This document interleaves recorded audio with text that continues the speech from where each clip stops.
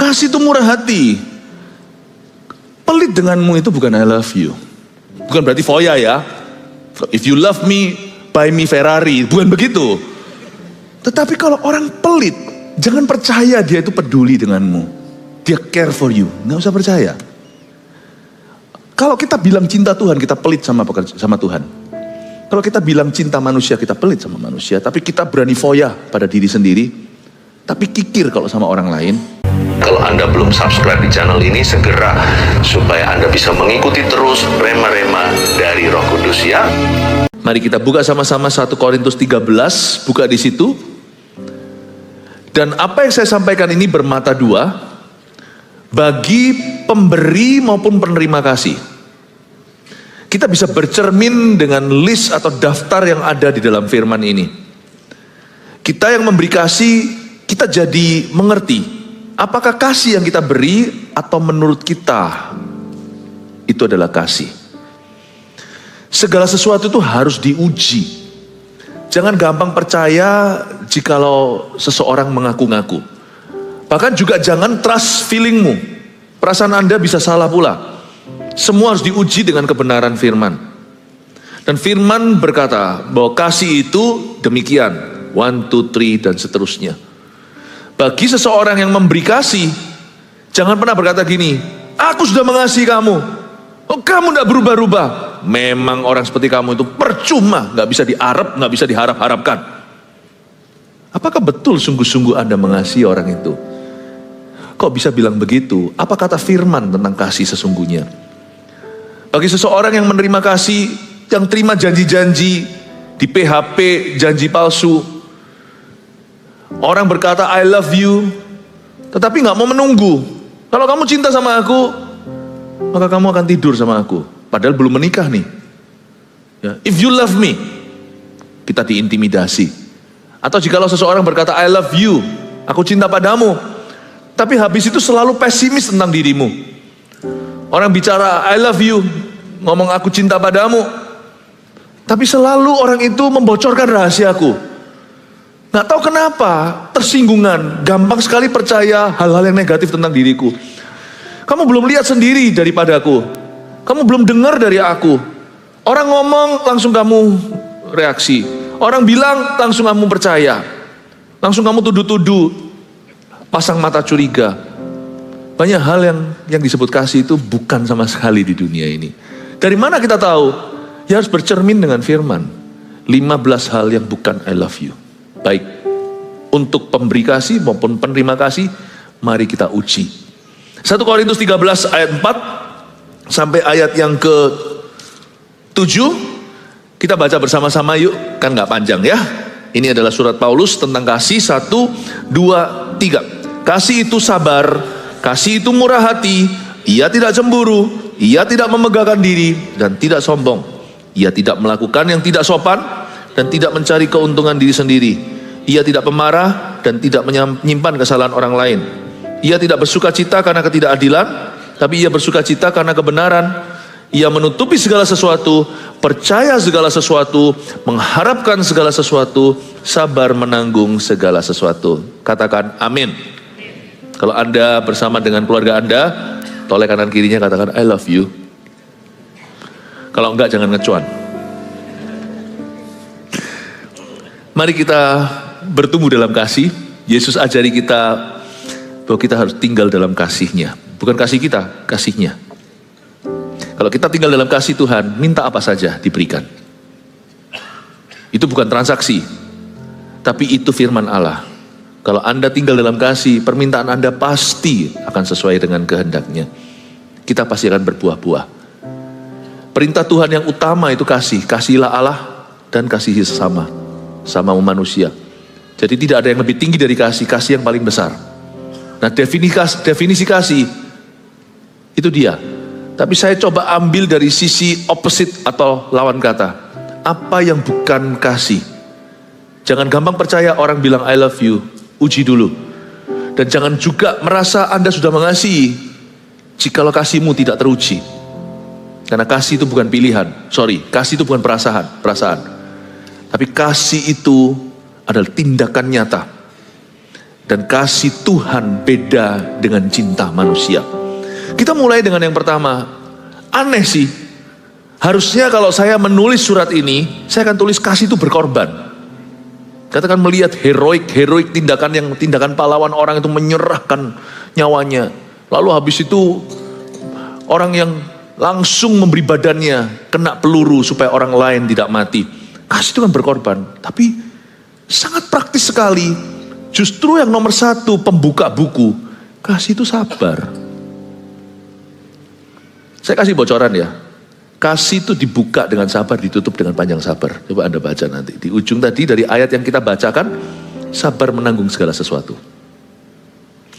Sabar ini agak sedikit underrated. Dia tidak terlalu menarik sih. Khotbah tentang kesabaran tidak akan viral. Khotbah tentang panjang sabar apalagi, wah orang gak mau di zaman dunia yang instan. Tapi kalau tidak bermula dengan sabar, semua tentang kasih itu omong kosong belaka sampai ujungnya. Kalau kita tidak sabar, semua definisi lain tentang kasih tidak berlaku. Kalau belum apa-apa udah gak sabar, jebol semuanya sampai ujungnya. Kasih itu sabar. Berarti nomor satu, hari ini ada 15 ya poinnya. Gak apa-apa, satu persatu saya keluarkan, nanti ujungnya keluar semua, nanti bisa difoto sekalian, bonusnya bisa foto pembicaranya. Just joking, bercanda. 15 hal yang bukan I love you, mari kita buka buku. Nomor satu, tidak mau menunggumu. Itu bukan I love you. Orang bilang I love you tapi tidak punya waktu dan tidak mau menunggumu, itu orang bohong, dia tidak mengasihimu. Dan kalau Anda yang mengaku-ngaku I love you pada seseorang tapi tidak sabaran sama orang itu, dusta. You don't love that person.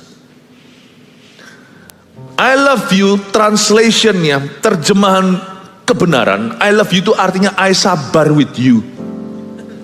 Kalau I gak sabar with you berarti I don't love you. Gitu aja loh, jangan gampang-gampang berkata love.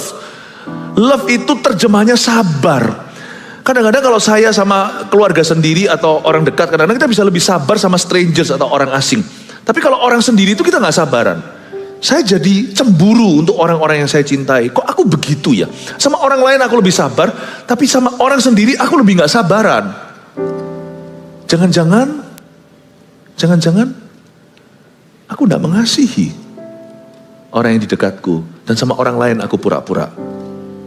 Kasihmu itu teruji bukan sama orang asing, tapi orang sendiri. Di level sabarmu itulah level kasihmu pada orang itu. Kalau kita gak sabar, kita gak cinta sama dia. Udah gitu aja. Jadi kalau kita ini yang rindu mengasihi keluarga kita, I love my family, tapi kita gak sabaran sama keluarga sendiri. Agitated ya. Lebih gampang provoke, lebih gampang terprovokasi. Agitated itu orangnya gerah, gampang marah. Dikit-dikit naik pitam, dikit-dikit naik pitam. Jangan-jangan memang ya itulah level kasihmu pada keluargamu. Dan kalau Anda ketemu orang misalnya bilang I love you, tapi dia gak sabar sama Anda. Gak sabar. Ya berarti Anda juga harus secara realistis mengukur bahwa kasihnya gak seberapa kepada dirimu. Jangan cepet-cepet gampang percaya terbuai. Jangan mudah untuk begini loh. Kakinya. Jangan gampang swept you by your feet. Jangan gampang kita tuh langsung terbuai. Karena kasih itu translated patience. Kata benda. Kasih itu sabar. Sabar itu kasih. Kalau you sabar sama aku, you love me. Udah gitu aja. Mau tahu kita itu seperti apa cintanya sama keluarga? Uji kesabaranmu sendiri. Sebab 15 hal yang bukan I love you itu dimulai dengan nomor 1. Tidak mau menunggumu. Don't believe it's love. It's not. Itu just what you think is love, it's not. Itu apa yang Anda kira kasih. Banyak kesalahpahaman dalam dunia kasih. Kita mencampur baurkan kasih dengan cinta. Cinta itu bukan kasih, itu bukan infatuation atau bukan cinta, perasaan, the feeling of love atau falling in love. Kasih itu adalah sebuah kualitas Allah. Allah adalah kasih. Dan kasih itu dalam definisi firman kesabaran dulu. Jadi 15 hal yang bukan I love you, saya mulai nomor 1. Tidak mau menunggumu, itu bukan I love you. Paham ya Bapak Ibu Saudara? Yang pacaran, yang tergesa-gesa ambil barang yang bukan miliknya, yaitu seks sebelum nikah, sebelum diberkati. Jangan percaya bahwa pria itu mencintaimu kalau kali ini laki-lakinya yang memaksa. Don't believe a thing. Anda harus langsung pasang mata jeli. Yang Anda cintai, yang nanti suatu hari menikah dengan Anda ini adalah pencuri. Kebetulan yang dicuri itu daripadamu. Mungkin sama-sama mau, tapi karena dia tidak mau menunggumu, dia mau seks sekarang, bukan nanti setelah nikah.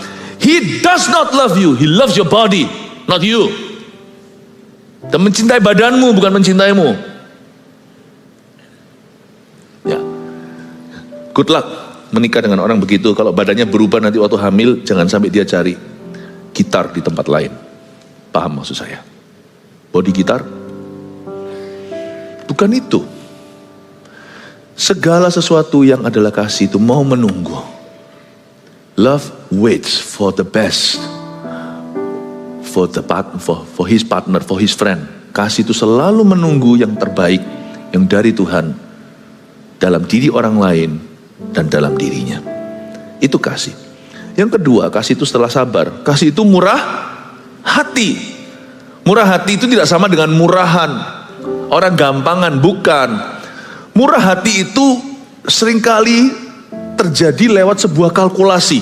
Tapi pada akhirnya selalu karakternya yang menang. Orang yang mengasihi tidak mungkin pelit dengan siapa, kepada siapa yang dia kasih. Kalau dia mengasihi orang ini, dia pasti akan royal dengan orang itu. Karena di mana hatimu berada, di mana hartamu berada, di situ hatimu berada. Kalau Anda punya hati, harta Anda pun akan ke situ. Murah hati itu berbagi. Murah hati itu memberi. Memberi itu bukan dengan impulsif atau dengan gegabah. Seringkali memberi yang paling baik, memberi pemberian yang paling berkenan, baik itu kepada Tuhan maupun kepada sesama kita. Itu penuh perhitungan, tapi gak pernah hitung-hitungan sama Tuhan. Dan gak pernah perhitungan dengan orang yang Anda kasih. Kalkulasi yang Anda lakukan itu adalah supaya objektif dalam pengaturan. Kita harus manage bukan cuma waktu kita juga harus bisa manage dana. Murah hati itu tidak melulu tentang materi, tapi murah hati tidak bisa jauh-jauh daripada karakter memberi. Orang disebut murah hati itu karena dia pisah dengan sesuatu yang berharga demi seseorang yang dikasihinya, yang jauh lebih berharga daripada apa yang dia bisa berikan kepadanya. Makanya jangan percaya orang Kristen yang berkata mengasihi Tuhan, tapi pelit sama Tuhan dan sama pekerjaan Tuhan. Don't believe it. Karena kasih itu teruji di mana harta berada. Dari situ kita tahu hatinya di mana. Saya nggak bicara tentang pemberian saja. Orang-orang yang suka menggunjang-ganjingkan soal ini sebenarnya kemungkinan besar mereka bukan seorang pemberi sungguhan. Karena seorang pemberi tidak akan banyak bicara. Jangan banyak bicara. Demikian pula, jikalau Anda mengasihi seseorang, Anda tidak mungkin kikir, tidak mungkin pelit dengan orang itu. Kasih itu murah hati. Apa yang bukan kasih? Apa yang bukan I love you? Nomor 2, pelit denganmu. Pelit denganmu. Tahu nggak ya, sebenarnya saya beritahu dulu, saya kasih bocoran. Laki-laki sama perempuan tuh pikirannya beda. Cowok itu kepinginnya apa? Pergi nge-gym, ya nggak ada salahnya. Dia mau badannya itu six pack lah, semua lah ya. Yang nanti di sebelah sininya karena angkat besi dadanya bisa goyang-goyang. Mau kiri atau kanan? Kiri, tok kanan, tok. Kalau menurut saya nggak tahu karena saya bukan perempuan. Menurut saya itu tidak membuat wanita itu jadi itu enggak sih. Enggak sih. Perempuan tidak terpukau dengan itu. Sungguhan. Kayaknya laki itu salah paham di seluruh dunia. Kalau memang Anda suka ya lakukan sebagai hobi. Tapi jangan kau kira bahwa perempuan akan terbuai gara-gara itu. Perempuan yang benar tidak akan begitu. Perempuan yang salah, enggak tergantung dengan bodimu sebenarnya. Tergantung dengan pribadianmu. Yaitu mobil pribadi, rumah pribadi, jet pribadi. Kalau yang salah ya sudah salah lah. Mau bodinya itu bodybuilder atau bukan itu nggak masalah. Dia nggak lihat itunya. Kalau yang sudah salah ya sudah materialistis ya materialistis. Dia nggak akan peduli Anda looknya. Yang penting Anda punya. Tapi yang benar, nggak mungkin cari yang gituan kok. Paham maksud saya ya? Maksud saya mau ngomong apa sih? Begini loh. Saya kasih bocoran ya. Yang perempuan kalau merasa ini benar nanti tolong bantu gitu supaya saya tahu saya di rel yang tepat ya. Cewek itu paling turn off lihat laki-laki itu yang pelit. Apa sih? Mana? Yang cowok jangan ketawa dong. Ya kalian ini, kita ini yang jadi korban. Tolong diam kalau disembelih. Saya ulang. Yang paling buat turn off, misalnya kalau Anda lagi diajak kencan, keluar habis itu, pas lagi, enggak tahu kenapa pas bilnya keluar itu selalu Anda mau ke WC. Atau langsung tunggu-tungguan. Tidak ada yang bisa membunuh kesempatan kedua daripada kalau lihat lakinya diam aja. Dia mau bayar kalau Anda sendiri, tapi Anda datang dengan 2 teman lain. Kalau dia berani ajak Anda kencan, meskipun itu dengan teman, ya dia berani bayar dong. Kalau enggak ya jangan. Kira-kira, makanya itu jangan kejar yang terlalu tinggi di atas. Kira-kira lah levelnya itu 11-12. Ya kan? Nah kalau tiba-tiba itu semuanya, temennya di sana, apalagi di depan teman-temannya, 2-3 cewek, teman-teman ceweknya, mereka bertiga katakanlah Anda sendiri, wah jagoan 007.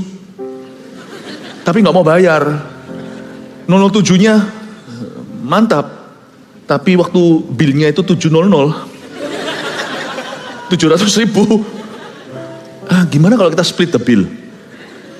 Kita bayar sebagian, saya bayar dia aja. Langsung Anda pasti di ghosting setelah itu.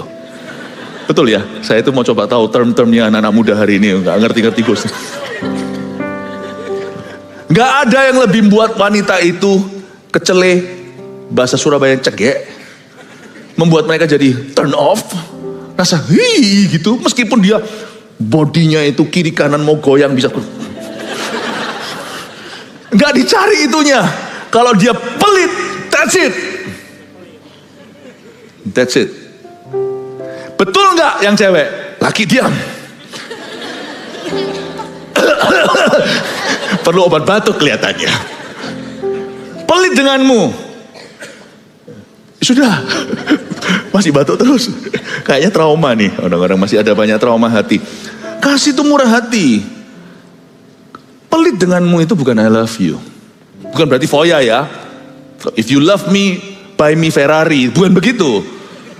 Tetapi kalau orang pelit, jangan percaya dia itu peduli denganmu. Dia care for you. Nggak usah percaya. Kalau kita bilang cinta Tuhan, kita pelit sama Tuhan.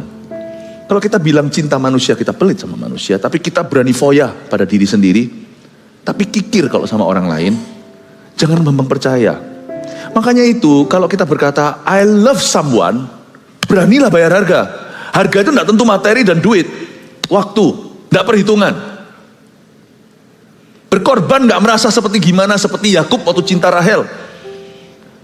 Dia ditipu sama Laban, mestinya 7 tahun jadi 14, dan dia merasa 7 tahun kemudian itu seperti 7 hari doang. If you love someone, Anda akan willing to pay the price. Anda pasti murah hati. Murah hati itu sisi murahnya di Anda, bukan di orangnya. Demi membeli, ini bukan berarti orang bisa dibeli ya, tapi demi membeli kasihmu kepadanya, Anda jadikan semua pengorbananmu itu murah di matamu sendiri. It's nothing. Hanya ini Tuhan, persembahanku, segenap hidupku, jiwa dan ragaku, sebab tak ku miliki harta kekayaan. Mungkin dia beri segalanya, masih merasa gak cukup. Yang cukup berarti tuh ku persembahkan, hanya ini Tuhan. Apa? Itu dia. Terimalah Tuhan persembahanku, pakailah hidupku sebagai alatmu. Hidup pun dikasih semua. Seumur hidupku, karena kita cinta sama Tuhan, kita merasa apa yang kita beri itu murah di mata kita. Dia yang mahal. If you love someone, Anda pasti dengan bijaksana ya, bukan yang ngawur, Anda pasti brol-brolan. Pasti. Dan saya gak ngomong soal persembahan. Saya ngomong soal hati yang mencintai. Pelit denganmu, bukan I love you. Jadi pikirkan lagi, sungguhan entah Anda mengasihi itu, baik itu manusia atau Allah. Do you really? Kenapa gak pernah bayar harga? Cuman Kristen gitu-gitu doang. Do you really love Jesus? Maybe not. Maybe not. Do you really love your family kalau kita nggak punya waktu untuk mereka? Maybe not.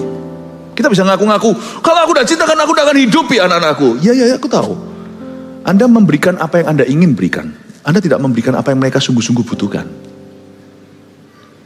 Sebab kalau Anda sungguh-sungguh mencintai mereka, Anda pasti dengarkan.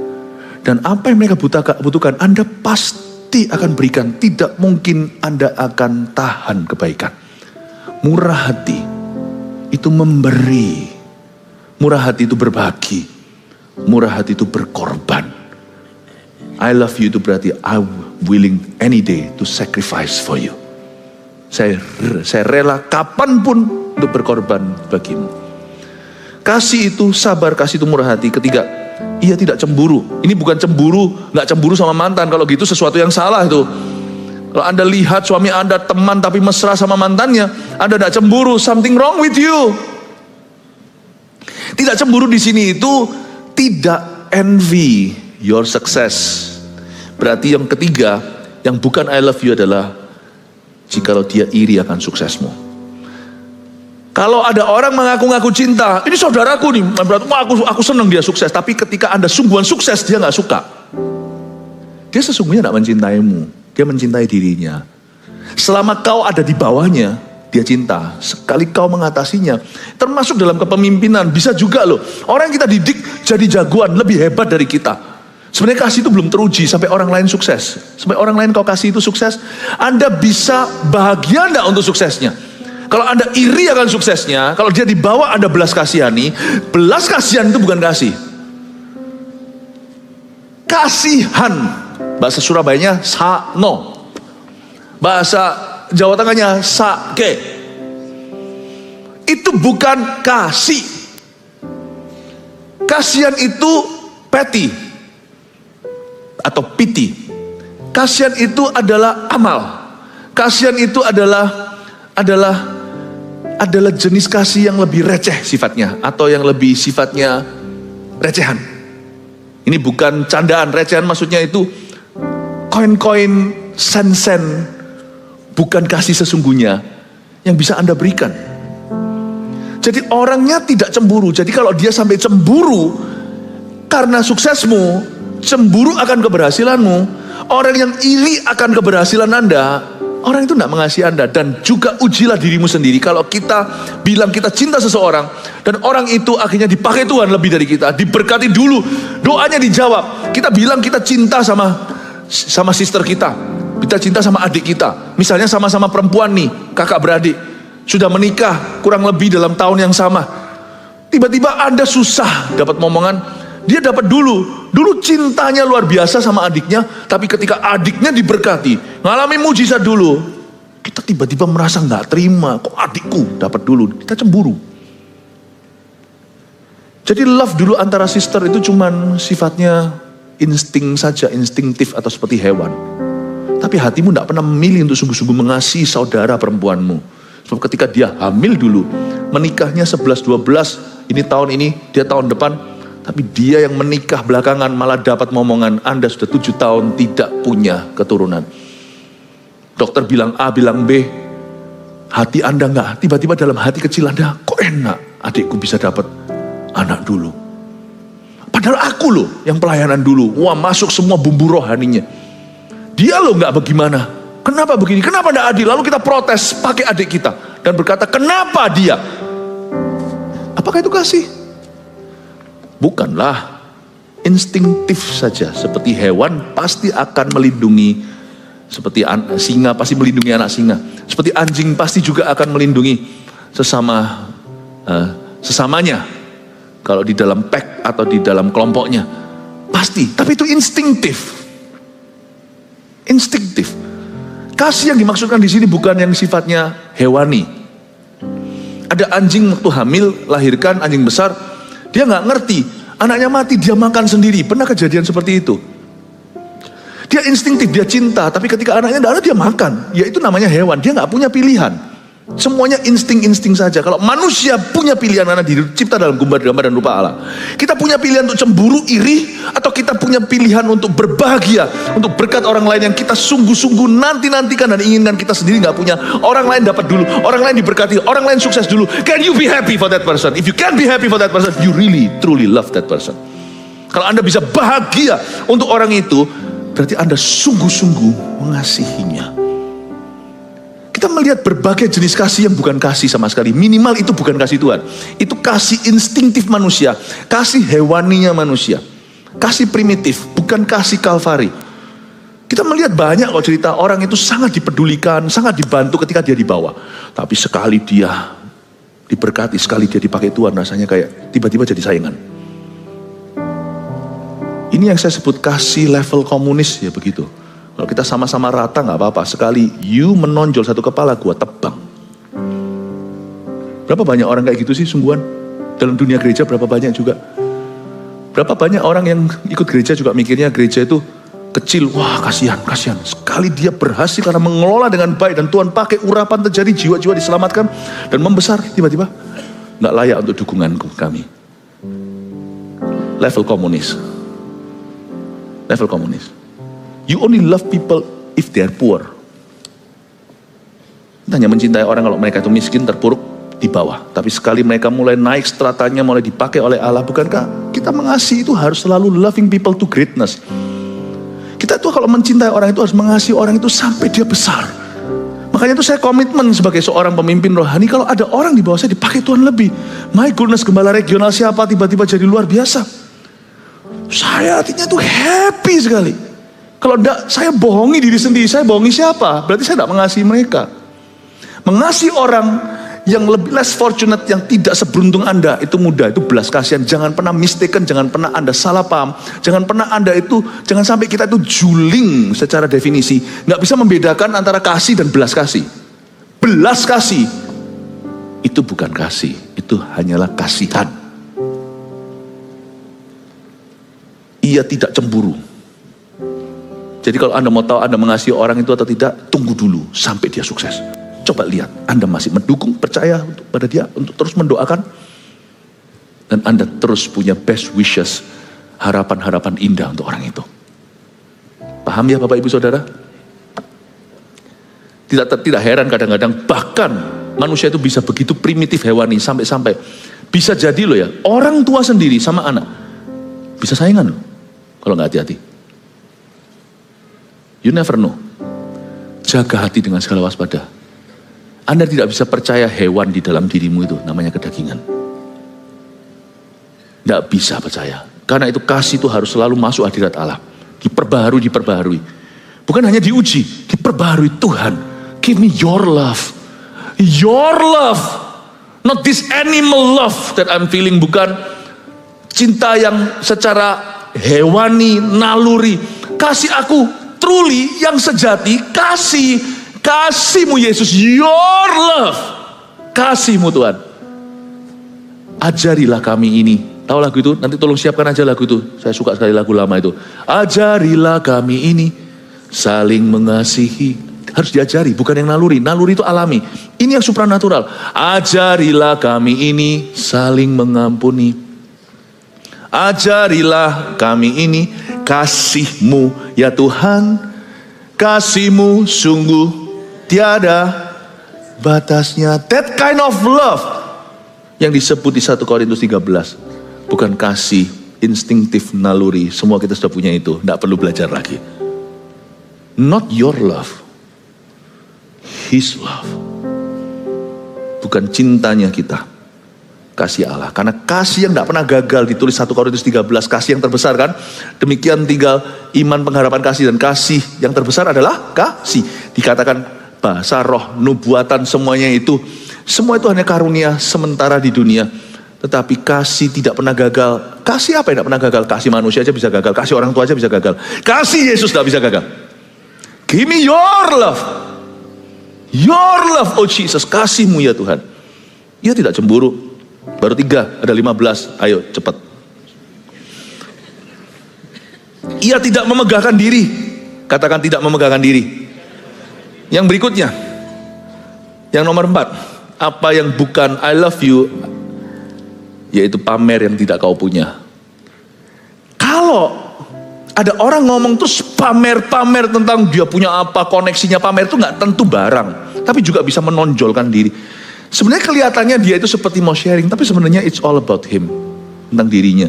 Pamer yang tidak kau punya, mentang-mentang tahu Anda tidak punya itu, dipameri itu. Lain cerita kalau dia melakukan sesuatu, dia punya sesuatu atau melakukan sesuatu, dia simpan untuk dirinya dan untuk kenikmatannya atau untuk tujuan hidupnya atau hanya untuk karena sesuatu berkat dalam hidupnya. Tapi kalau dia secara sengaja menampilkan itu, memamerkan itu, dan mentang-mentang Anda dan saya tidak punya itu, lalu dia pamerkan itu, Anda jangan kepancing ya. Kalau hati yang penuh kasih Yesus itu pasti senang untuk berkat orang lain. Kadang-kadang orang pamer pun kita nggak kerasa, kita malah ikut memuji, wow, dia malah senang. Kita nggak dosa, dia tambah dosa. Jadi orang itu yang polos saja, jangan yang garis-garis kotak-kotak. Kalau kita motivasinya itu bersih, orang itu pamer sama kita nggak ngerti, kita malah happy untuk dia, I'm so happy. Jadi orang itu sendiri pun kena kipas-kipas seperti sate itu semakin cepat matang, semakin matang dosanya. Jadi semakin pamer, Anda nggak kerasa karena Anda itu orang yang polos di depan Tuhan. Anda senang bukan memuji-muji dia, apalagi menjilat, tidak. Tapi Anda tidak tahu kalau Anda sedang dipameri dan Anda sama sekali nggak iri. Dan itu orang happy. Tiap kali ketemu Anda pamer lagi. Tiap kali ketemu Anda ngomong gede lagi, ngomong besar lagi. Dia nggak kerasa. Anda semakin diberkati Allah karena Anda tidak iri. Tidak ada bedanya ada tidak ada yang dia katakan itu bagi Anda tidak inginkan.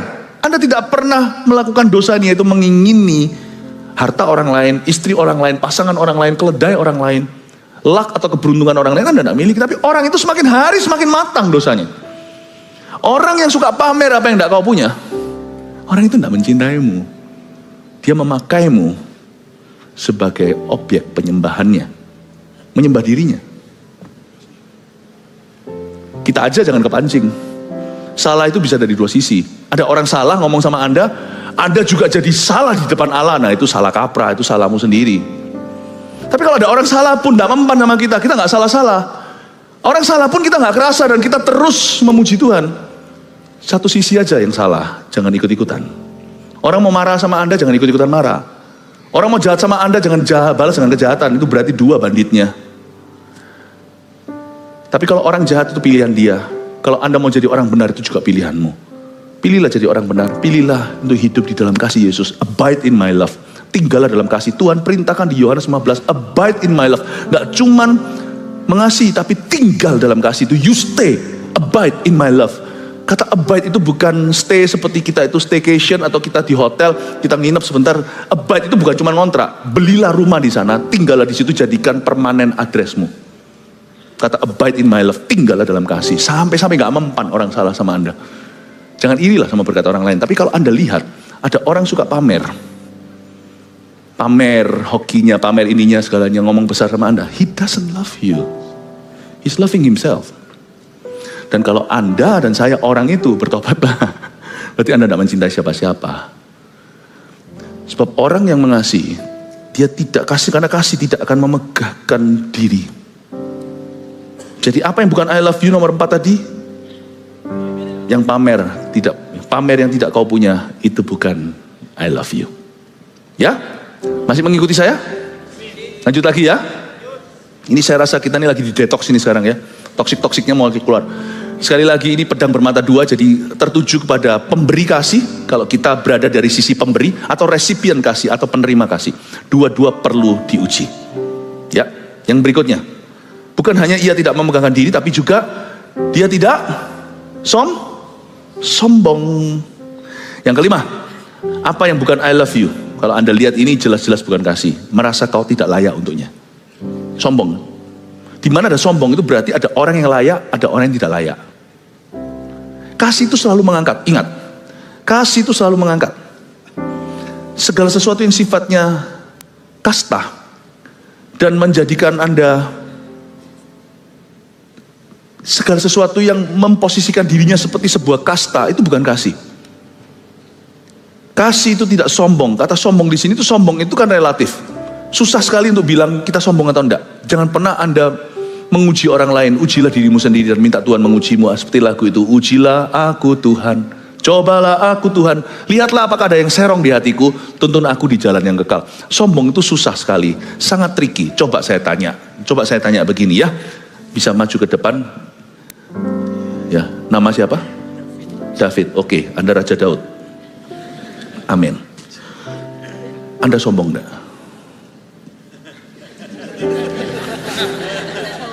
Susah lu jawab.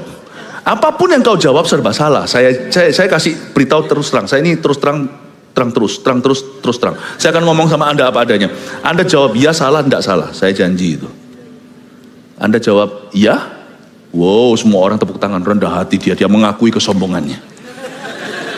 Apakah Anda sombong karena Anda tahu Anda nanti akan ditepuki tangan dan orang mengira Anda rendah hati. Jadi waktu Anda jawab Anda sombong, yes saya sombong, Anda mengaku, itu sebenarnya tricky di dalam hati. Anda tahu Anda akan dikagumi.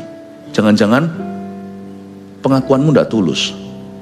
Kalau Anda berkata, tidak aku tidak sombong, jelas-jelas sombong. Mana ada orang yang rendah hati mengaku-ngaku dirinya itu paling rendah hati. Kalau Anda berkata, aku tidak sombong, berarti Anda sombong. Jadi gimana jawabannya, iya atau enggak?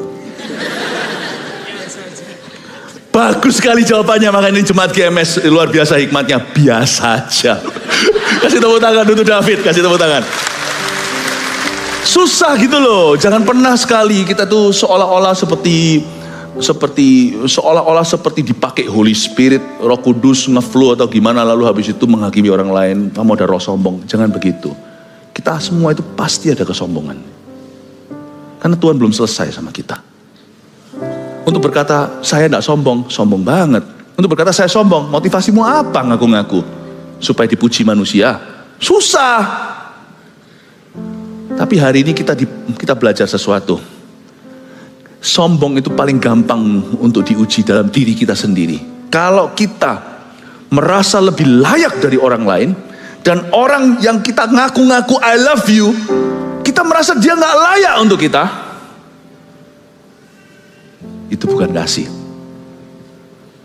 Jikalau Anda seorang pria mengejar wanita, dan Anda dihanging terus, hal-hal gini bisa kejadian. Anda selalu hanging, selalu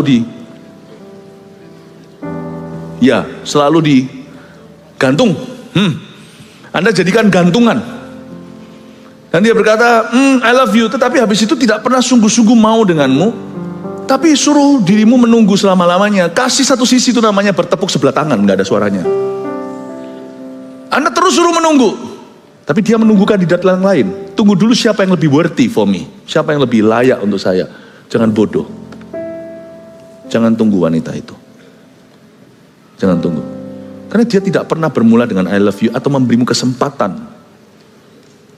Dia tidak pernah memberi dirinya kesempatan untuk mengasihimu. Lain cerita kalau dia seleksi, dia pelajari kehidupanmu, dia mau tahu dengan penuh doa dan pertimbangan. Lain cerita kalau Anda dihanging dan digantung. Sebab pada dasarnya dia merasa kau kurang layak untuknya. Dia cari yang lebih layak untuknya. Jangan bodoh, jangan tunggu. Dia bukanlah wanita yang harus kau nantikan. Paham ini Bapak Ibu Saudara? Sebab ketika ada orang yang merasa kau tidak layak untuknya, dia sudah tidak bisa mengasihimu. Sudah tidak bisa. Dan kalau Anda merasa orang itu tidak layak untuk aku, Anda tidak bisa mengasihi dia. Kasih itu selalu launching pad-nya itu sama, di mana I would like to know you. Aku ingin mengenalmu. Kasih itu selalu apron tempat terbangnya pesawat, take off boardingnya itu selalu bermula dari sebuah kesempatan setara, di mana Anda memberi kesempatan pada orang lain untuk mengenal Anda dan Anda mengenal dia. Kalau sudah ada perasaan you not worthy for me, Anda tidak layak untuk saya, sudah tidak ada kesempatan. Amin Bapak Ibu Saudara. Merasa kau tidak layak untuknya, berarti ada kesombongan. Sombong sih semua orang ada, tapi kalau sombong towards you, sombong terhadap dirimu, itu sudah matinya kasih. Sombong towards you, sombong terhadap itu sudah matinya kasih. Makanya orang yang merasa dirinya di atas seseorang sudah tidak mungkin bisa mengasihi orang itu. Tidak bisa. Kalau Anda dan saya mau mengamalkan kasih, mesti rendah hati. Kasih tidak cocok sama sombong. Kasih itu cocoknya sama rendah hati. The beginning place, tempat permula atau palungan kasih, itu selalu rendah hati. When you're humble, you can love everybody. Kalau Anda rendah hati, Anda bisa mencintai semua orang dengan mudah. Kasih tidak lagi menjadi tantangan, lebih gampang. Karena orang yang merasa dirinya miskin di hadapan Allah itu gampang mengasihi semua orang. Dikit-dikit dikasih sesuatu, dia terima kasih. Pernah sekali suatu hari saya berada di ibu kota. Ini terjadinya puluhan tahun lalu. Ya sekitar belasan tahun lalu, saya itu berada di belakang seorang ibu-ibu. Ibu-ibu itu tasnya jatuh waktu dia masukkan itu, mungkin nggak persis gitu kan. Anda kan tahu kan, kalau semuanya tasnya itu masuk ke dalam X-ray itu, kalau di airport, kalau ditaruh bagaimana, ada nyantol gitu, nggak masuk, ada juga yang jatuh, ditinggal gitu aja langsung masuk, gitu ya. Ini kan stranger, orang asing, saya nggak tahu, tapi kan saya ini seorang orang Kristen, saya diajari oleh Tuhan untuk ringan tangan, bukan panjang tangan, untuk mencuri, ringan tangan. Tasnya jatuh, satunya nyantol. Saya kata, bu, loh ini kan urusanmu, saya juga dilema, saya masuk aja peduli amat. Tapi tasnya dia menghalangi, tasku mau masuk ke situ kecuali tak minggirin.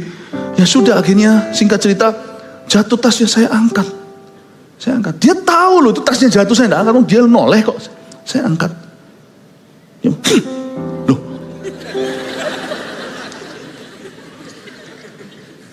Aku salah apa? Terus saya masukkan tas, saya masukkan ya. Nggak ada terima kasih. Mungkin di dunianya semua orang melayani dia, semuanya itu tunduk. Dia merasa, aku di atas everybody. Susah jadi orang yang penuh kasih. Kalaupun dia sekali-kali mengasihi, itu pasti di depan kamera untuk pencitraan. Tidak pernah ada ketulusan.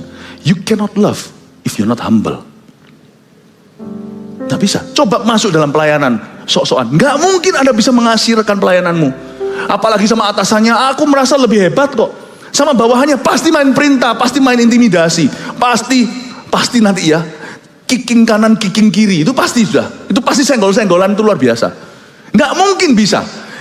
Kalau Anda dan saya sombong terhadap seseorang, kalau sombong di hadapan Tuhan itu pasti ada. Tapi kalau sombong terhadap orang itu sudah jalan mati. Jalan buntu. Never do that. Karena semakin kita merendahkan hati di depan orang, lama-lama kita pun akan semakin rendah hati di hadapan Tuhan. Kebalik ya, jangan rendahkan hati di hadapan Tuhan sama orang sok-sokan, sombongnya luar biasa. Rendah hati itu bukan dia kepada Tuhan. Karena kita tahu kita kalah. Rendah hati itu sama orang di bawah kita. Atau minimal yang setara. Setelah itu barulah nilaimu semakin tinggi, hatimu semakin merendah di hadapan Allah. Rendah hati itu bukan diamalkan kepada Tuhan. Karena kita tahu kita kalah. Siapa kita melawan Maha Kuasa? Coba pernah lihat gak? Orang Kristen yang sungguh-sungguh, wah rendah hati. Tapi setelah keluar, wih sombongnya. Terima kasih aja gak pernah terucap. Dari mulutnya, ketika seseorang memberi dia tisu, memberi dia minum, memberi dia melakukan sesuatu, membantu dia, gak pernah ada thank you. Saya suka bahasa Indonesia. Bahasa Indonesia itu bukan thank you. Saya sampai sekarang gak ngerti thank itu artinya apa. Tapi bahasa Indonesia itu bagus. Terima kasih. Dibantu bukan terima bantuan, tapi terima kasihmu. Gampang sekali untuk merasa thank you, terima kasih. Hanya orang yang rendah hati yang bisa mengasihi. Makanya itu kalau Anda dan saya mau bertumbuh dalam kasih, mesti rendah hati. Jangan rendah hati di depan Tuhan, itu pelan-pelan. Rendah hati itu terhadap seseorang dalam hidupmu. Be humble, please. Mari kita saling mengingatkan. Ya, saya juga, sama-sama. Kita gak ada sesuatu yang perlu disombongkan. Ayat 5, ia tidak melakukan yang tidak sopan. Tidak melakukan yang tidak sopan. Yang 6, poin 6, membuatmu merasa tidak nyaman. Apa yang bukan I love you? Kalau orang itu melakukan sesuatu yang tidak nyaman kepadamu, itu bukan I love you. I love you tapi membuat orang itu, yang pacar Anda itu melakukan sesuatu yang membuat Anda tidak nyaman. Tuhan itu memberi kita alarm clock, sekalipun kita tidak tentu punya banyak hikmat. Tapi setiap kita itu punya intuisi dan punya nurani. Kok nggak srek ya? Misalnya seseorang yang merupakan predator yang suka melecehkan, itu kan biasanya selalu dimulai dengan kasih permen-permen dulu, itu anak-anak kecil kan kasihan. Mungkin om-om yang tidak waras cari boy atau anak-anak kecil, pria kecil, bocah kecil, laki-laki, lalu lecehkan secara seksual. Itu cerita kan sudah pasaran. Kan selalu dimulai itu. Kalau Anda tahu dalam nuranimu, aku tidak srek sama ini, lari, run. That is fake love. Itu bahkan bukan kawiannya. Tas-tas kawian itu malah lebih bagus. Sangat menyolok perbedaannya. Barang kalau bukan asli itu Kalau bukan kasih, jangan percaya dengan I love you kalau dia membuatmu merasa tidak nyaman. Tidak nyaman. Karena itu kasih akan selalu mentolerir kekurangan orang. Saya maksudkan bukan moralitas. Kalau orang itu tidak bisa begini, kita kadang-kadang memang kita diizinkan Tuhan untuk push seseorang. Saya ngerti. Tapi most of the time, sebagian besar, kasih itu akan berbunyi understanding. Bisa dimengerti. Kasih itu tidak akan memaksakan dan berkata, kamu harus begini begitu. Kadang-kadang kasih itu hanya memberikan kita berkata, it's okay. Kayak film aja, it's okay not to be okay. Saya nggak pernah nonton itu by the way. Saya nggak ngerti itu apa. It's alright. Kadang-kadang elusan itu bisa membuat hidup orang itu berubah loh, berbeda. It's okay loh. Kamu nggak apa-apa. Kamu nggak lengkap nggak apa-apa. Kamu nggak bisa ini nggak apa-apa. Aku nggak maksa kamu. Tapi ada hal-hal tertentu yang beda ya. Dalam dunia kerajaan Allah, kadang-kadang Allah bekerja dengan dahsyat seperti Yunus yang ditelan ikan, kadang-kadang harus push secara supranatural dari Tuhan. Itu perkecualian, tetapi pada dasarnya kasih itu selalu menunjukkan understanding. Dia tidak akan melakukan sesuatu yang membuatmu rasa tidak nyaman. Berikutnya yang ketujuh. Dan dia tidak mencari keuntungan diri sendiri. Yang ketujuh, apa yang bukan I love you, menjualmu jika dia bisa. Dia akan mencari keuntungan diri sendiri. Menjualmu jika dia bisa. Hari-hari ini kalau Anda mengasihi anak Anda yang masih kecil segalanya, jangan demi konten lah semua diginiin. Zaman-zaman kejahatan. Kayaknya Anda bangga sama itu, tapi Anda tidak memperhatikan keamanan atau keselamatan anak Anda. Sebenarnya di zaman semuanya ini pencitraan atau di zaman dimana narsis ya kata orang. Orang itu akan menjual sesamanya jika itu bisa menguntungkan dan bisa menaikkan ratingnya atau followers dan sebagainya. Sungguhan. Saya sendiri kadang-kadang juga merasakan itu di masyarakat. Pernah sekali pas lagi makan, ini bukan curcol ya. Mau foto ya kita foto bareng-bareng, tapi pas makan kan lagi gitu. Masa nggak tahu bedanya orang video dengan lagi chatting kan begini pura-pura. Tapi saya nggak marah, hak-hak orang lah. Saya yang harus hati-hati. Makan sedikit tisuan. Kan nggak lucu nanti kalau keluarnya di. Tapi coba lihat ya, zaman ini zaman edan. Semua itu robot. Manusia itu jadi robot. Semua demi konten. Tak jual kamu kalau bisa demi kontenku. I cannot understand. Makanya saya nggak heran, Paulus nggak tahu teknologi, nggak tahu semua sosial media, tapi dia sudah berkata, di akhir zaman kasih manusia akan menjadi dingin, orang akan jadi objek, people become objects. Kasih tidak akan mencari keuntungan diri sendiri, dia akan memikirkan dari sisi situ, sekalipun situ bukan sesuatu bagi dia. Tapi kita akan mengasihi, minimal ingat, orang siapapun yang ada di sekitar kita, dia itu anak seseorang, paling tidak Tuhan mengasihi dia. Even your enemies, musuhmu, tetap ingat, Yesus mati untuknya. Saya kadang-kadang harus ingatkan diri sendiri kalau saya lagi jengkel dengan seseorang yang gitu-gitu sih nggak masalah, itu bagi saya itu konyol-konyol. Tapi yang berencana itu loh, hal-hal yang menjengkelkan yang direncanakan oleh orang-orang yang memusuhi, hal-hal yang memang sudah dimatang-matang dirancangkan, yang kayak gitu aja kadang-kadang kalau saya mau upset marah itu rasanya, gitu tiba-tiba Roh Kudus ingatkan, Yesus sudah mati untuk dia, jadi saya kira-kira lah sama orang, saya kira-kira. Saya diingatkan bahwa minimal kalau enggak seseorang memanggil dia papa di rumah, paling tidak mamanya cinta sama dia. Kasih tidak akan mencari keuntungan diri sendiri. Coba kira-kira sama orang. Kasih itu moderat dalam hal mencari apa yang bisa menguntungkan kita. Lihat-lihat apakah itu at the cost, apakah itu mengorbankan dignity atau kehormatan seorang atau tidak. Kasih itu pasti akan kepo yang bersih. Kepo sampai sisi sejauh itu. Orang lain kira-kira gimana? Padahal itu bukan urusanku. Aku begini lu mau apa? Tetapi karena kasih, saya takut akan Allah. Saya selalu mikirkan sejauh itu dari sisi sana, kira-kira lah sama orang. Kasih. Semoga hal-hal ini membuat Anda, makanya khotbah-khotbah seperti ini harus dicerna pelan-pelan. Ya, nah kasih. Lanjut lagi, sudah nomor 6 ya ini, masih ada beberapa. Nomor 7 sudah ya. Nomor 8 sekarang, ia tidak pemarah. Katakan pemarah, tidak pemarah. Apa yang bukan I love you? Orang yang mudah tersinggung denganmu, itu bukan I love you.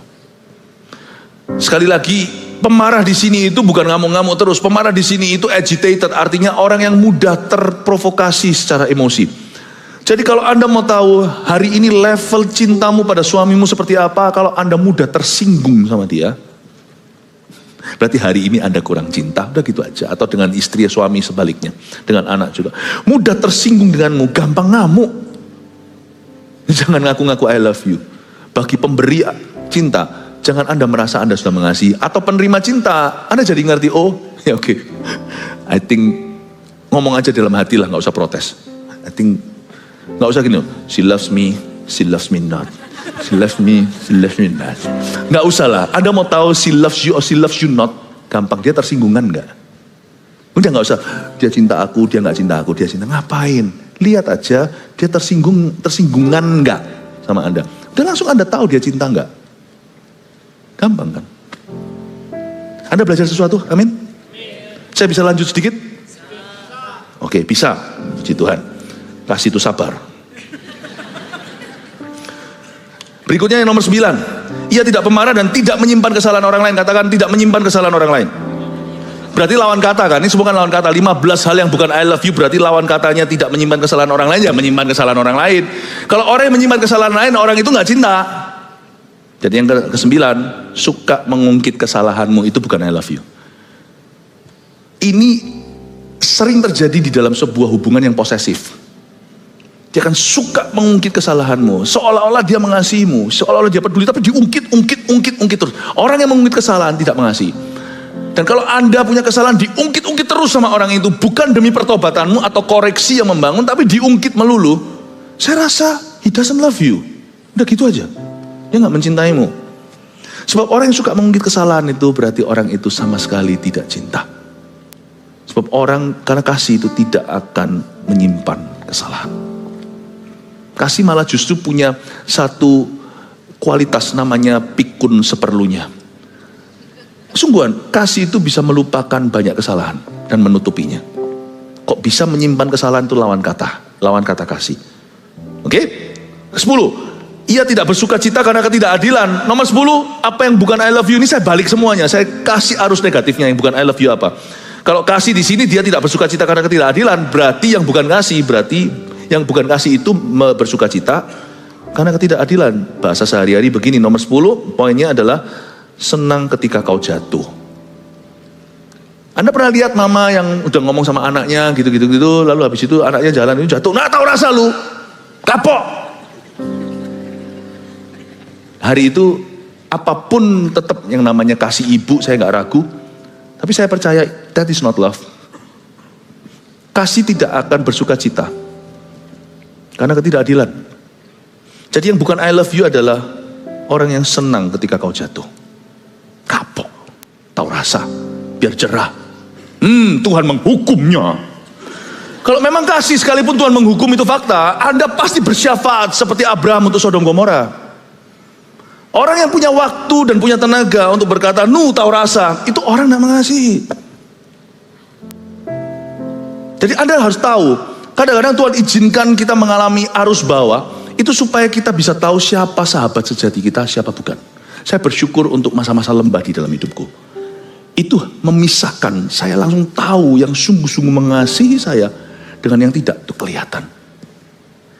Karena ketika engkau jatuh, saya maksudnya jatuh ini bukan moralitas ya, semoga jangan.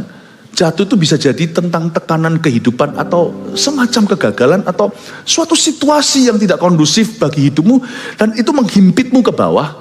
Pada saat itu Anda akan lihat ada dua tipe orang-orang yang bersenang-senang atau beria-ria karena kejatuhan Anda.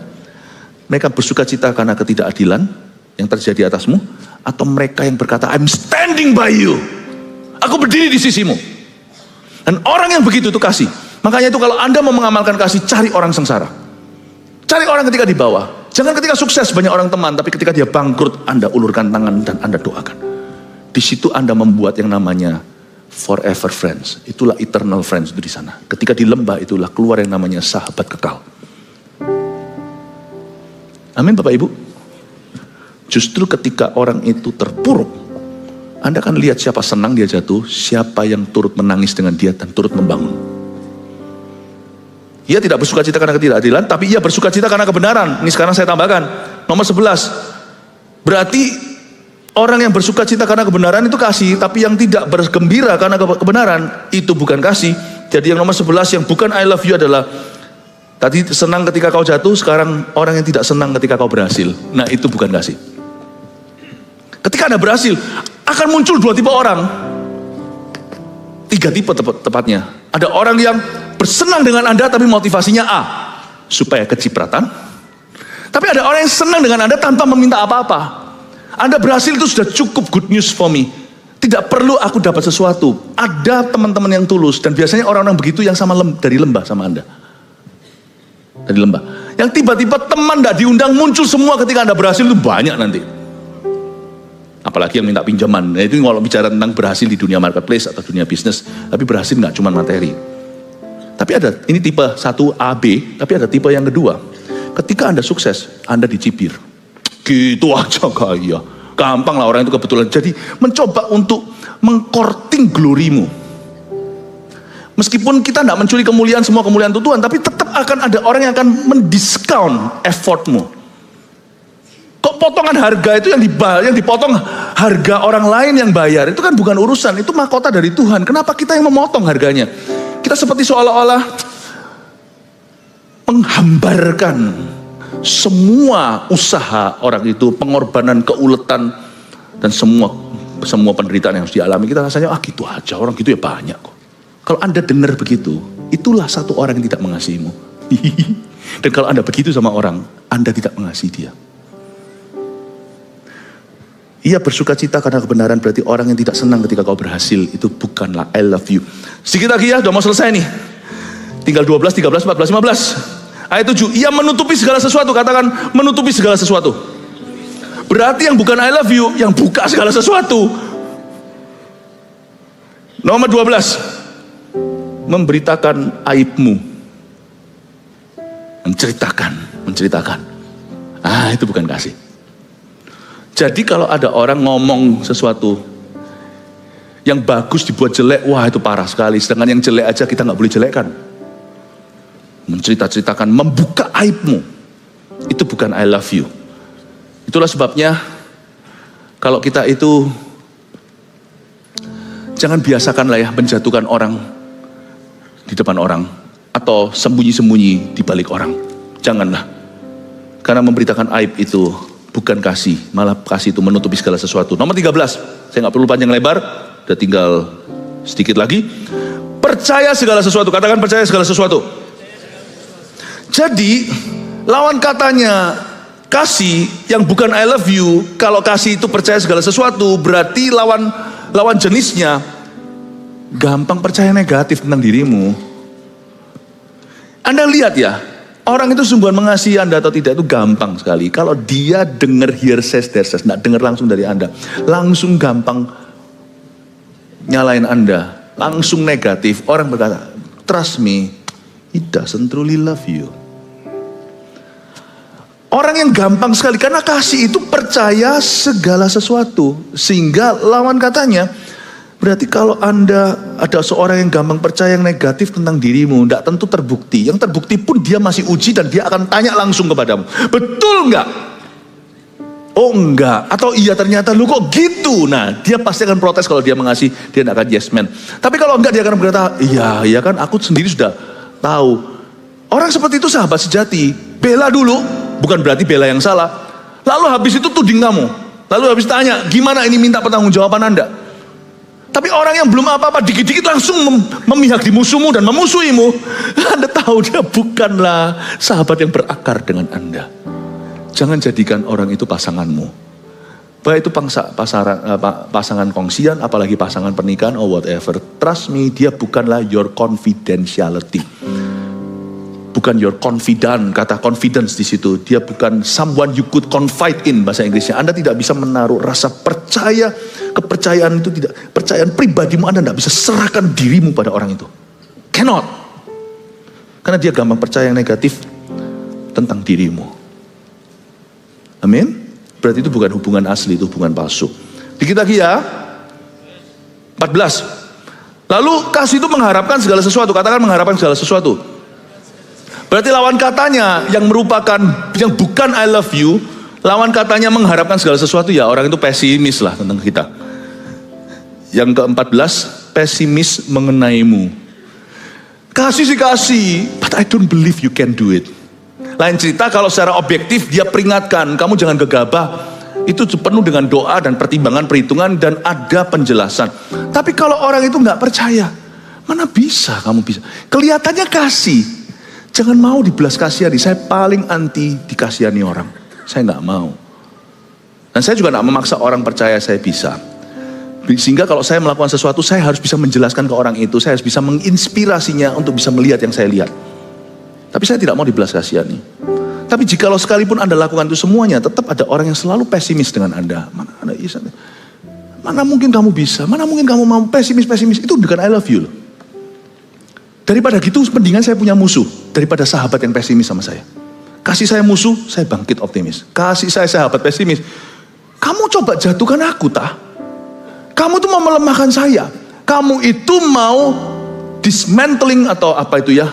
Bahasa Ibraninya dismantle itu pretelin. Kamu itu mau apa itu? Pretelin itu apa? Dismembering. Dicopot satu-satu. Kamu itu mau meruntuhkan semua fisiku ya. Pesimis banget. Daripada sahabat pesimis gini, gue gak perlu musuh punya kamu. Mendingan kasih saya musuh sungguhan. Yang langsung datang ke saya dan berkata, aku lawan kamu. Mendingan ayo. Kalau ini bukan bicara tentang berantem, bukan. Tapi bicara tentang kepercayaan. Daripada seorang sahabat yang mencium pipi saya seperti Orpa mencium Naomi, katanya ciuman tapi meninggalkan. Mendingan daripada Yudas yang mencium pipi kanan dan berkata, inilah Tuhan, ambillah dia, tangkaplah. Saya gak perlu sahabat yang mencium saya dan berkata, I don't believe you, I don't need that. Dan saya tidak mau jadi sahabat kayak gitu pada siapapun. No. Kalau saya bilang saya mengasihi jemaat ini, I believe you can change. Saya percaya Anda bisa berubah. Kalau saya berkata saya mengasihi gereja ini, saya percaya Anda pasti bisa bertumbuh. Orang jahat pun di sini akan diubahkan. Berapa banyak orang nanti akan mencibir, oh jemaat gini-gini. Gereja itu bukan cuma rumah sembuh, kadang-kadang juga rumah sakit. Please jangan cercah jemaatku. Jemaatnya Kristus sih, coba sekali-kali saya ngaku. Mereka baru 1-2 bulan di sini. Kasih kesempatan 1-2 tahun. Saulus ini akan berubah jadi Paulus. Kasih itu pasti yang membelamu dan berkata, no, kamu jangan tuduh. Kasih dia waktu. Dia pasti akan berubah. Oh gereja begini, orang Kristen begini, oh CG begitu, kok begini-begitu. Emangnya CG itu semuanya sehat? Orang-orangnya? Enggak. Kasih waktu. Aku tahu jemaatku. Mereka pasti akan berubah. Wah gitu-gitu. Saya kasih itu komitmen untuk berada di sisi optimis di sampingmu. Meskipun kadang-kadang kita taruhan loh lakukan itu. Sungguhan kadang-kadang taruhan loh. Kita gak tahu apakah betul nanti Anda bisa berubah. Pokoknya gue bela dulu di depan. Hajar dulu musuh. Gue kata jangan lancang kau. Bilang begini dan begitu. Ini anakku, ini adikku, ini saudaraku. Ini suamiku, ini istriku. Gak usah bela buta mentah-mentah. Enggak. Tapi Anda optimis. Setelah Anda ngomong sama musuh, Anda berkata sama mereka, please berubah, come on, cambuklah itu. Ayo maju, aku bantu. Kasih itu begitu. Bela, aku optimis, kamu jangan pesimis. Di sini kita optimiskan mereka dan berkata, ayo come on, I will assist you. Jadilah sahabat yang begitu. Dalam pernikahan juga, topanglah suamimu, hai istri. Istri, suami, pahami istrimu. Jangan sampai Anda menjadi jangkarnya yang membuat dia akhirnya tenggelam. Tapi menikah dengan Anda, istri Anda yang sudah luntur dalam hidupmu, yang sudah menangkap visimu, semua sekarang hidupnya adalah tentang suaminya. Jangan Anda tenggelamkan dia, justru jadilah motor boatnya. Jadilah mesin boatnya pada motor, pada perahu itu untuk membuat dia laju. Hani, sayangku, mama atau apapun Anda panggil istrimu. Apa yang bisa aku lakukan untuk membuat mimpimu tercapai? Whatever your dream is. Pak, mama gak kepingin apa-apa kok spiring berlian. Nah itu aku gak bisa nyapai. Kalau pernikahanmu sehat kan akan minta yang gitu-gituan. Aku punya mimpi seperti ini. Aku akan bantu. Kamu menikah sama aku. Memang dua menjadi satu. Tapi aku gak mau kamu merugi. I love you. I believe in your dream. Kecuali kalau mimpinya merampok bank ya lain cerita. Itu perlu pertobatan. Kalau mimpinya sesuatu yang baik dan tidak salah dan dibenarkan, orang yang optimis denganmu, itu orang yang paling mengasihimu, yang paling optimis, yang paling mencintaimu. Paham ya? Terakhir ya, Anda diberkati Tuhan. Sabar menanggung segala sesuatu. Mulai sabar, ujung sabar. Coba lihat, sabar itu jangan kau remehkan. Memang tidak viral, tapi sabar itu alfa omeganya kasih loh ya. Kasih itu bukan romansa, kasih itu kesabaran. Dan kali ini sabar disebut sebagai sabar menanggung segala sesuatu. Berarti apa lawan katanya yang bukan I love you? Menyerah atas dirimu. Mirip dengan yang tadi, ini sudah di titik bawah. Orang yang sabar menanggung segala sesuatu, lawan katanya orang yang sudah menyerah atas Anda. Give up. Give up.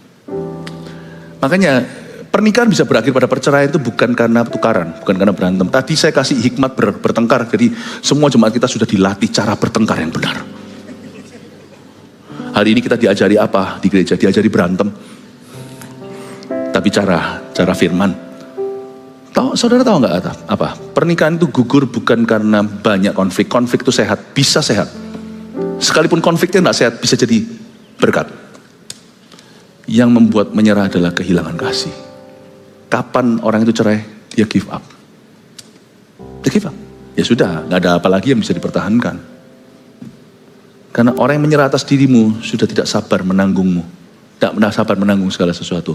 Jadi orang yang paling mengasihi adalah orang yang tidak pernah menyerah atas dirimu. Seluruh dunia bisa menyerah, bumi, gunung dan bukit sudah beranjak, tapi kasih setia Tuhan tidak akan beranjak. Tak akan beranjak, tak akan bergoyang, tak akan beranjak, tak akan bergoyang. Orang terakhir yang paling mengasihi Anda di dalam hidup ini selain Yesus adalah orang terakhir yang tetap berdiri sama Anda ketika seluruh bumi, bukit, gunung sudah beranjak dan give up on you. Orang terakhir yang berkata, I still believe in you. I have not given up on you. Aku belum menyerah atasmu. Itu orang yang paling mengasihimu setelah Yesus. Mungkin cari orang itu susah. Anda jadi aja orang itu bagi seseorang dalam hidupmu. Amin. Udah belajar semuanya? 15 banyak? Kenyang? Coba katakan kanan kirinya, kenyang. 15 munculkan, sudah keluar semuanya. Ayo difoto segera. Lai. Saya di tengah aja karena banyak. Yes. Iya, room service. Haleluya, kasih tepuk tangan ke Tuhan. Haleluya. 1 Petrus 4 ayat 7. Kesudahan segala sesuatu sudah dekat. Karena itu, kuasailah dirimu dan jadilah tenang, supaya kamu dapat berdoa. Saudara yang terkasih, terima kasih telah mendengarkan firman Tuhan hari ini. Jangan lupa untuk dukung terus channel ini dengan cara subscribe, like, share, dan juga komen. Agar saudara kita yang lain juga boleh terberkati. Tuhan Yesus memberkati kita.